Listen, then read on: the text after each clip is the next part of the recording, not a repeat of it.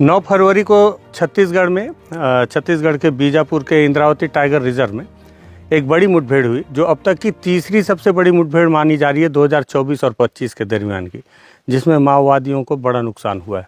इसके पहले कांकेर के हापाटोला में 29 माओवादी सबसे पहले मारे गए, फिर बीजापुर और नारायणपुर के सीमावर्ती इलाके के थुलथुली में 38 नक्सली मारे गए और अब इस इंद्रावती टाइगर रिजर्व में 31 माओवादी मारे गए। उस घटनास्थल की ग्राउंड रिपोर्ट करने जब हम पहुँचे हैं तो यहाँ की जो परिस्थितियाँ समझ में आ रही हैं। सबसे पहले हम कुटरू पहुँचे, कुटरू से फिर फरसेगढ़ और फरसेगढ़ से फिर जंगल के रास्ते होते होते हम अन्नापुर पहुँचे और अन्नापुर से हम काफ़ी दूर जंगलों में अंदर आने के बाद अभी लगभग आधे घंटे से पैदल चल रहे हैं, तब अब उस इलाके में पहुँचे जिस इलाके में एक्चुअल मुठभेड़ हुई थी। पीछे एक खुला मैदानी जंगल मिला जहाँ पर जो जवानों का हेलीकॉप्टर उतारने की जो तस्वीर नज़र आई थी वो भी हमें पीछे में मिला, यहाँ से लगभग 2-3 किलोमीटर पीछे है। और यहाँ पहुँचे तो सबसे पहले ये गोली के निशान इस पेड़ पर दिख रहे हैं, जो इस बात के गवाह है कि इस इलाके में गोली तो चली है। पीछे और भी पेड़ों में गोलियों के निशान लगे हैं और ये काफ़ी ऊंचाई पर है। यहाँ आने से पहले हमने कुछ जवानों से मुलाकात की थी और जवानों ने बताया था कि यहाँ इस इलाके में माओवादियों की उपस्थिति की सूचना पर चारों तरफ से जब ऑपरेशन लॉन्च किया गया और फोर्स यहाँ पर पहुँची तो पहुँचने के बाद माओवादी इसी पहाड़ में चढ़ने लगे और इस दरमियान जवानों ने उन्हें चारों तरफ से घेरा और घेर कर यहीं पर मुठभेड़ हुई। तब एक जवान बता रहे थे कि चूँकि आप देखें यहाँ से नीचे का इलाका है जिधर से जवानों ने माओवादियों को घेरा होगा और घेरने के बाद ऊपर से फायरिंग की गई ताबड़तोड़ जवानों के ऊपर, और यही वजह है कि इसमें 2 जवान घायल हुए और 2 जवान शहीद हो गए। जवानों की संख्या ज़्यादा थी माओवादियों के मुकाबले, जिससे जो भी 2-3 घंटे तक मुठभेड़ चली और उसके बाद जवानों ने 31 माओवादियों को मार गिराया। चारों तरफ से इस इलाके को घेर रखा गया था, कॉर्डन किया गया था। उसके बावजूद कुछ जवान बता रहे थे कि माओवादियों की संख्या इससे ज़्यादा थी, लेकिन बहुत सारे माओवादी जवानों के ऊपर हमला करते हुए रास्ता बनाया उन्होंने और उनके बहुत से साथी को लेकर भाग निकलने में कामयाब हुए। हालांकि 31 मारे गए माओवादियों में अब तक 5 लोगों की शिनाख्ती हुई है और शेष माओवादियों की शिनाख्ती होना बाकी है और माओवादियों की तरफ से अभी कोई प्रेस नोट आया नहीं जिसमें कि वो इस बात की जानकारी दें कि मारे गए लोग में उनके साथियों के नाम क्या थे और क्या क्या डर थे। 9 फरवरी को माओवादियों के ऊपर जो अब तक का तीसरा सबसे बड़ा हमला जवानों ने किया, जिसमें 31 माओवादियों को मारने का दावा पुलिस के जवानों ने किया है, जिसमें अब तक 5 लोगों की शिनाख्ती हो चुकी है। उसकी ग्राउंड रिपोर्ट में पहुंचे हैं और ग्राउंड रिपोर्ट में समझने की कोशिश कर रहे हैं कि आखिर मुठभेड़ हुई कैसे होगी, कैसे 31 माओवादी मारे गए होंगे, कैसे जवानों के घेरे में फंस गए होंगे और ऐसा कैसे हुआ होगा कि वो अपने आप को बचा नहीं पाए और साथ ही साथ इस घटना में 2 जवान शहीद भी हो गए और 2 जवान घायल भी हुए। तो अब तक जो मुझे समझ में आया, काफ़ी देर से इस पहाड़ी पे घूम रहा हूँ, ये वो लास्ट पॉइंट है जिस पॉइंट पर पूरा ये मुठभेड़ हुआ और इस पूरे मुठभेड़ में कैसे कैसे मुठभेड़ हुआ वो आपको समझाने की कोशिश करता हूँ। देखिए, सबसे पहले दिखाऊँ कि ये पहाड़ी का इलाका है और यहाँ पर जो है इस तरह से ये पहाड़ है और माओवादी जो है इसी तरफ में गांव पड़ेगा और उस तरफ से चारों तरफ से जो फोर्स है वो पहुंची हुई थी। सबसे पहले फोर्स ने इसी तरफ से अटैक करना शुरू किया, क्योंकि उसका जो हमको जो साक्ष्य समझ में आ रहा है वो बता रहा हूँ। ये ऊंचाई पर है और जब उधर से फायरिंग शुरू हुई तो नीचे कुछ पेड़ों पर दोनों तरफ से निशान है, जिससे समझ में आ रहा है कि ऊंचाई से भी फायरिंग किया गया है, क्योंकि पेड़ पर काफ़ी ऊंचाई से गोली की लगने के निशान भी हैं। और ये जो इलाका है पत्थर, ये काफ़ी अनुकूल था माओवादियों को मोर्चा लेने के लिए, और यही वजह है कि यहाँ पर माओवादी जो है जवानों के ऊपर भारी भी पड़े। और जो 2 जवान शहीद हुए वो भी इस इलाके में शहीद हुए, और उसके भी साक्ष्य मिले हैं। सबसे पहले तो ये था कि माओवादी यहाँ दौड़ते हुए ऊपर चढ़े। ऊपर चढ़ने के बाद जब यहाँ पर मुठभेड़ हुई तो माओवादियों को यहाँ मोर्चा लेने में आसानी मिली। जब तक वो यहाँ चढ़ते हुए जवानों के साथ मुठभेड़ करते, उस दरमियान बाकी के जो जवान थे उन्होंने भी इस पूरे इलाके को चारों तरफ से गोल घेराबंद किया था, क्योंकि अलग अलग इलाकों से जवान यहाँ पर पहुँचे हुए थे।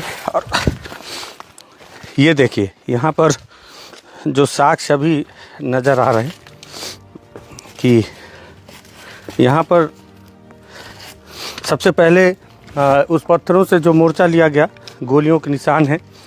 यहाँ पर जो पेड़ पर देखिए गोलियों के निशान हैं, ये गोलियों के निशान हैं जो ऊपर से नीचे की तरफ दागे गए। और इसी समय में इसी जगह पर जवान को गोली लगी। ये जवान की वर्दी जो कि पूरी तरह से खून से लथपथ है, इसको थोड़ा पास से दिखा दो।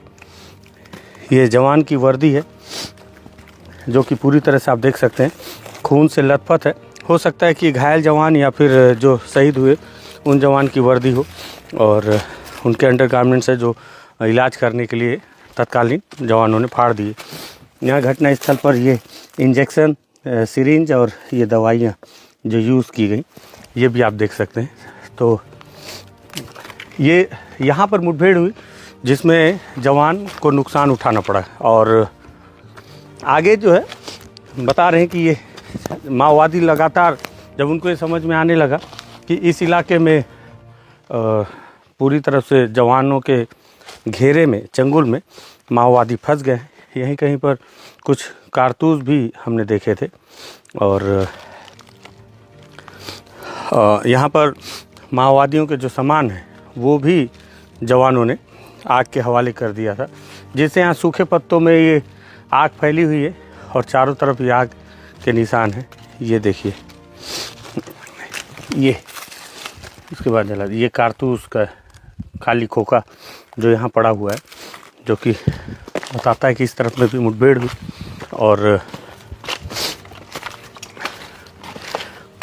ये देखिए, ये पूरी पहाड़ी यहाँ पर दरअसल इसके पहले भी जो भी भंडार पदर या कुतुल जो भी मुठभेड़ें हुई हैं, जितनी भी मुठभेड़ें हुई हैं, हर मुठभेड़ में एक चीज़ कॉमन देखने को मिला है कि माओवादी भागते हुए पहाड़ियों के ऊपर ही चढ़े। कुतुल में भी 8 माओवादी जब मारे गए थे उस इलाके में, ये देखिए उनके सामान है जो यहाँ पर मुठभेड़ के बाद जवानों ने एकत्रित करके आग के हवाले कर दिया। इसमें उनका राशन दिख रहा है, चावल है, शक्कर है, ये उनके कुछ दस्तावेज हैं जिसमें श्रीकाकुलम महिला योद्धा कॉमरेड पंचादी निर्मला के नाम पे लिखा हुआ है, गोंडी में लिखा हुआ है। और ये देखिए माओवादियों का ये एक डायरी जिसमें 7 करोड़ भाषा कुछ लिखा हुआ है। नमक कॉमरेड आयतु सबका जिक्र है, और इसे भी हालांकि जवानों ने जला दिया। इसमें बहुत सारी गोंडी भाषा में लिखी हुई है सारी चीज़ें, हो सकता है कि उनकी अलग अलग जानकारियां रही हों। और ये उसके बाद में यहाँ पे भी आप देखेंगे तो देखिए पेड़ों पर गोलियों के निशान है ऊपर में, जिससे पता चल रहा है कि मुठभेड़ का ये इलाका है। और किस तरह से माओवादी जवानों के गिरफ्त में आ गए, घेरे में आ गए। बहुत देर तक उन्होंने मुठभेड़ भी की, लेकिन जो संख्या जवानों की थी ज़्यादा। यहाँ देखिए, यहाँ नेटवर्क भी है। अच्छा, बीते कई ये देखिए, ये पेड़ जल चुका था, जलकर अभी ये ख़तरा हो सकता था। अभी जो है जस्ट में हम लोग यहाँ से पार हुए, और पार होने के बाद ये पेड़ गिर गया। ये किस्मत अच्छी थी कि हम यहाँ से आगे बढ़ चुके थे, नहीं तो पेड़ हमारे ऊपर गिर जाता है। आगे क्या सामान मिलते हैं और क्या साक्ष्य वो भी आपको दिखाते हैं। तो ये वो जो पहाड़ी है जहाँ पर जो बताया जा रहा है कि चारों तरफ जो है वो माओवादियों को इसी स्पॉट पे घेरा हुआ था और अलग अलग जानकारियाँ अलग अलग तरह से मिल रही हैं। कुछ जवानों ने भी बताया था कि ऊपर से माओवादी अटैक कर रहे थे और उसके बहुत साक्ष्य भी नज़र आ रहे हैं। अभी मैं जहाँ पर खड़ा हूँ यहाँ आप देखें, एक जवान का जूता मुझे लग रहा है क्योंकि इस तरह के जूते जवान ही पहना करते हैं। जो 2 जवान घायल हुए, 2 जवान शहीद हुए, उसमें से लगता है कि एक जवान का जूता ये है जो यहाँ पे घटना स्थल पर है। यहाँ पे चारों तरफ खून के निशान हैं। आप यहाँ पे भी हैं खून, ये चारों तरफ जो है हर पत्थर पे खून के निशान हैं और पत्थरों पे गोलियों के निशान भी हैं। ये देखिए, ये पत्थरों पे गोलियाँ लगी हुई हैं ये, और पेड़ों पे भी गोलियाँ लगी हुई हैं अलग अलग जगह पर। ये सब माओवादियों के जो सामान हैं और पत्थरों पे गोलियों के निशान हैं जो बता रहे हैं कि ताबड़तोड़ यहाँ पर फायरिंग हुई है। और इधर पेड़ पे भी गोलियों के निशान हैं। जिधर आप देखेंगे वहाँ आपको गोलियों के निशान मिलेंगे। चप्पलों की जोड़ियाँ हैं यहाँ पर। ये चप्पल देखिए, ये सब माओवादियों के चप्पल हैं और ये भी माओवादियों के चप्पल हैं। ये देखिए, यहाँ पर पॉलीथीन में एक भाजी रखी हुई है। इससे आप ये भी समझिए कि ये भाजी कुछ अलग टाइप की है। ये समझ में नहीं आ रही है, एक जंगली फूल टाइप का लग रहा है। हो सकता है कि ये खाने में तो इसका उपयोग शायद ही करते हों। हो सकता है कि कुछ जड़ी बूटी की तरह इसका इस्तेमाल करते हो, संभवतः माओवादियों की जड़ी बूटी। और इस तरह से जब चारों तरफ से जवानों ने घेरा माओवादियों को, तो माओवादी ऐसे हर तरफ से उन्होंने कोशिश की कि कैसे वो अपने आप को बचाएं, कैसे, और जवानों के साथ उन्होंने मुठभेड़ भी किया। हर जगह देखिए, यहाँ पे भी सामान है माओवादियों का, और वहाँ पर भी खून के निशान हैं जहाँ पर दिख रहा है कि उस इलाके में भी, उस जगह पर भी माओवादी थे। ये पूरी पहाड़ी को जवानों ने आग के हवाले कर दिया था मुठभेड़ के बाद। और ये देखिए, ये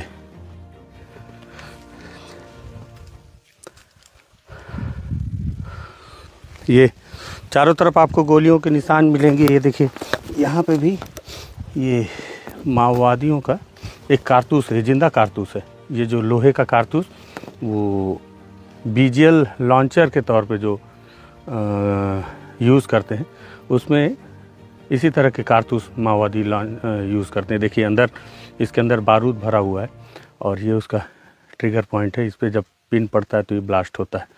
ये यहीं पर छूट गया है माओवादियों का। इस तरह से चारों तरफ और भी सामान है, आपको दिखाता हूँ। और तो मैं बता रहा था कि किस तरह से यहाँ मुठभेड़ हुई होगी। चारों तरफ से घिर गए माओवादी और वहाँ पर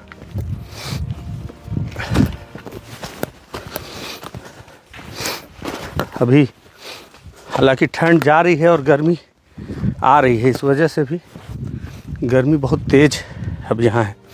टेम्परेचर बढ़ा हुआ है। अब आप देखिए, चारों तरफ पे पहाड़ी है ना, चारों तरफ, और वहाँ पे जवान घायल हुआ होगा। यहाँ पर ये देखिए, और तत्कालीन तौर पर जवान के इलाज की स्थिति व्यवस्था भी की गई। इसे देखकर लगता है कि जवान को ग्लूकोज भी चढ़ाया गया, दवाई भी दी गई। इस तरह से दवाई का इस्तेमाल भी किया गया। ये मलेरिया का किट है। इसे देखकर लग रहा है कि यहाँ पे इस्तेमाल किया गया था जवानों के उपचार के लिए। और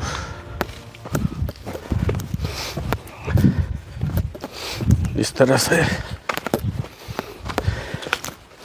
ये देखिए, यहाँ पे थोड़ा सा प्लेन है। मुझे लगता है कि माओवादी जो है यहाँ पर कैंपिंग किए हुए थे और उन्हें इस बात का इल्म नहीं था कि जवान इतनी दूर आ जाएंगे उनको पता नहीं चल पाएगा। जो मैंने पहले बताया कि अब जवान ड्रोन और तमाम उपकरण का इस्तेमाल कर रहे हैं और जिस वजह से उन्हें बहुत पिन पॉइंट लोकेशन भी माओवादियों की मिल रही।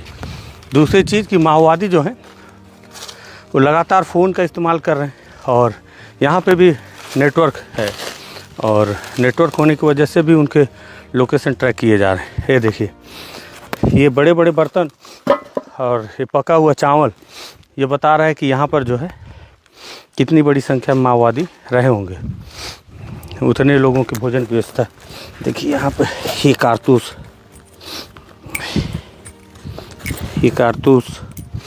हालांकि महिला माओवादी चूड़ियाँ पहनती नहीं हैं, लेकिन यहाँ चूड़ियाँ भी हैं। अब ये चूड़ियाँ क्यों हैं पता नहीं, लेकिन ये कारतूस ऑटोमेटिक वेपन्स के हैं जो यहाँ पे पड़े हुए हैं। तो इस तरह से ऑल ओवर जो घटना का जो मुझे समझ में आ रहा है कि किस तरह से घटना हुई, तो मैं आपको बताऊं एक बार और कि हुआ ये कि माओवादी इस तरफ से मेरे पीछे जिस तरफ से हमारे भाई कैमरा चला रहे हैं उस तरफ से माओवादी दौड़ते हुए यहाँ चढ़े या यहाँ पहले से कैंप किए हुए होंगे, क्योंकि यहाँ जिस तरह से ये बर्तन वर्तन सारी चीज़ें हैं, हो सकता है कि यहाँ खाना बनाने की व्यवस्था में रहे कि इस इलाके में फ़ोर्स उनको घेर सकती है। फ़ोर्स को इस बात की पुख्ता जानकारी मिली, सबसे पहले उस इलाके से आए और वहाँ जवान घायल भी हुए, शहीद भी हुए और वहाँ जब अच्छा मोर्चा माओवादियों को मिला तो उन्होंने जमकर मुठभेड़ भी की जवानों के साथ में। उसी दरमियान चारों तरफ से इस पहाड़ी को घेर लिया गया और चारों तरफ से घेर लेने के बाद 31 माओवादियों को मारा गया। और अब तक हालांकि इस मुठभेड़ पर किसी ने दावा नहीं किया है कि या किसी ने आपत्ति नहीं उठाई है अभी तक कि जो लोग मारे गए हैं उनमें कोई ग्रामीण है। बहुत सारे लोगों से मैंने मिला तो उन्होंने बताया कि वो लोग संगठन में थे, जो परिजन उनके डेड बॉडी लेने आए हुए थे, तो उन्होंने भी बताया। चारों तरफ आप अलग अलग जगह पर देखेंगे तो गोलियों के निशान हैं अलग अलग पेड़ों पर और ये पूरी स्थिति थी जिसमें 31 माओवादी मारे गए, 2 जवान शहीद हुए और 2 जवान घायल हैं। घायल जवानों को बेहतर उपचार के लिए रायपुर पहुंचा दिया गया है और यहाँ से लगभग 1-2 किलोमीटर की दूरी पर हेलीकॉप्टर लाया गया, वो जगह भी आपको दिखाऊंगा। 31 माओवादियों को जब मारा गया मुठभेड़ में और इंद्रावती टाइगर रिजर्व की अन्नापुर के इस पहाड़ी में, जहाँ से हमने अभी ग्राउंड रिपोर्ट किया, वहाँ से लौटकर रास्ते भर पूरे निशान दिख रहे हैं कि किस तरह से जवान उन मारे गए माओवादियों के शव और अपने 2 साथी जवानों के शव जो कि शहीद हुए थे वहाँ पर और 2 घायल जवानों को लेकर इसी स्पॉट पर पहुँचे। आपने एक तस्वीर देखी होगी जो वीडियो मुठभेड़ के बाद वायरल हुई कि उसमें एक हेलीकॉप्टर से जवानों के शव और मारे गए माओवादियों के शव को रेस्क्यू करके यहाँ से बाहर निकाला गया। पहली दफ़े मारे गए माओवादियों के शव को निकालने के लिए Mi-17 हेलीकॉप्टर का उपयोग किया गया, वायुसेना का उपयोग किया गया। तो ये वही इलाका है और यहाँ पर अभी भी वो निशान है। ये देखिए, ये जवान की वर्दी है और जो घायल जवान है मुझे लगता है कि ये उसी की वर्दी है और इस पर अभी भी कुछ सामान ये पिट्ठू बैग का है यहाँ पड़ा हुआ है। ये लकड़ियों के बल्लियाँ जिसमें मारे गए माओवादियों के शव को पॉलीथीन में लपेटकर जवानों के द्वारा इस तरह से लाया जाता है। तो यहाँ पर 1 2 3 4 5 6 7 8 9 10 11 12 ऐसे करके करीबन 20-30 से ज़्यादा की संख्या में यहाँ पर ये लकड़ियाँ हैं और ये रस्सी बांधने के लिए। साथ ही साथ यहाँ पे भी माओवादियों के जो है कुछ दस्तावेज जवानों ने फेंक दिए हैं। इसमें भी ये जवान वहाँ से बरामद किए थे जिसमें माओवादियों के कोई दस्तावेज है, बुकलेट जिसमें उनकी तस्वीरें हैं और माओवादियों की तस्वीरें इस तरह से ये काटा गया। और सबसे ख़ास बात है कि जवानों ने इसी जगह को क्यों चुना। एक तो सबसे बड़ी बात यह है कि एकदम समतल इलाका है, पहाड़ी के एकदम किनारे, मुठभेड़ के सबसे करीब का ये सबसे इलाका समतल है और यहाँ पर पेड़ों की संख्या काफ़ी कम थी। बाकी जगह पे आप देखें तो घने पेड़ आपको दिख रहे हैं, वहाँ हेलीकॉप्टर उतारना संभव नहीं था और ये इलाका यहाँ पर काफ़ी कम पेड़ थे।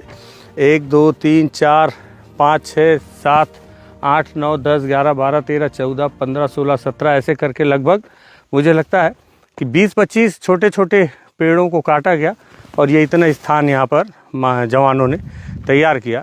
और इसी जगह पर फिर हेलीकॉप्टर Mi-17 नीचे उतरा और उसमें से जवानों के शव को और मारे गए माओवादियों के शव को हेलीकॉप्टर में डालकर यहाँ से वापस निकाला गया। 2 दिन तक ये पूरा ये मुठभेड़ और सर्चिंग ऑपरेशन ये सब सारी कार्रवाइयाँ चली, जिसमें माफ़ी चाहूँगा, DRG, STF और बस्तर फाइटर के जवान थे। संख्या को लेकर हालांकि खुलासा नहीं किया जाता सुरक्षागत कारणों से, और इस इलाके में माओवादी अपने आप को काफ़ी सुरक्षित मानते थे क्योंकि चारों तरफ पहाड़ियाँ हैं। अगर आप ड्रोन शॉट देख रहे हो इस वक्त तो चारों तरफ पहाड़ियाँ हैं और दूर दूर तक घने जंगल हैं। अबूझमाड़ का भी ये इलाका है, बीजापुर ज़िले का अबूझमाड़ का इलाका है, इंद्रावती नदी के दूसरी तरफ का। तो लेकिन माओवादियों को इस बात का इल्म बिल्कुल भी नहीं था कि जवान उन्हें इस सुरक्षित इलाके में भी घेर लेंगे और उन्हें भागने का मौका